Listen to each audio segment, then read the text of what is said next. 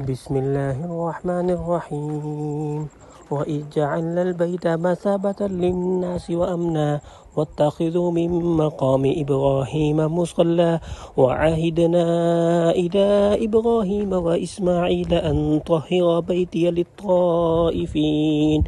للطائفين والعاكفين والركع السجود. وإذ قال إبراهيم رب اجعل هذا بلدا آمنا وارزق أهله من الثمرات من آمن منهم بالله واليوم الآخر قال فمن كفر فأمتعه قليلا ثم أضطره إلى عذاب النار وبئس المصير.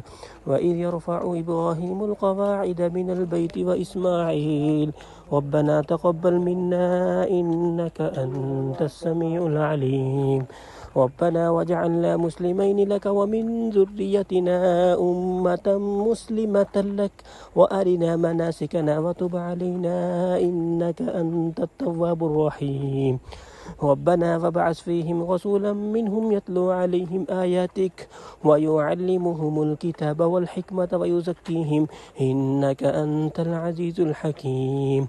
ومن يرغب عن ملة إبراهيم إلا من سفه نفسه ولقد اصطفيناه في الدنيا وإنه في الآخرة لمن الصالحين.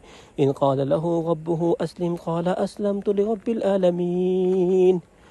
صدق الله مولانا العظيم.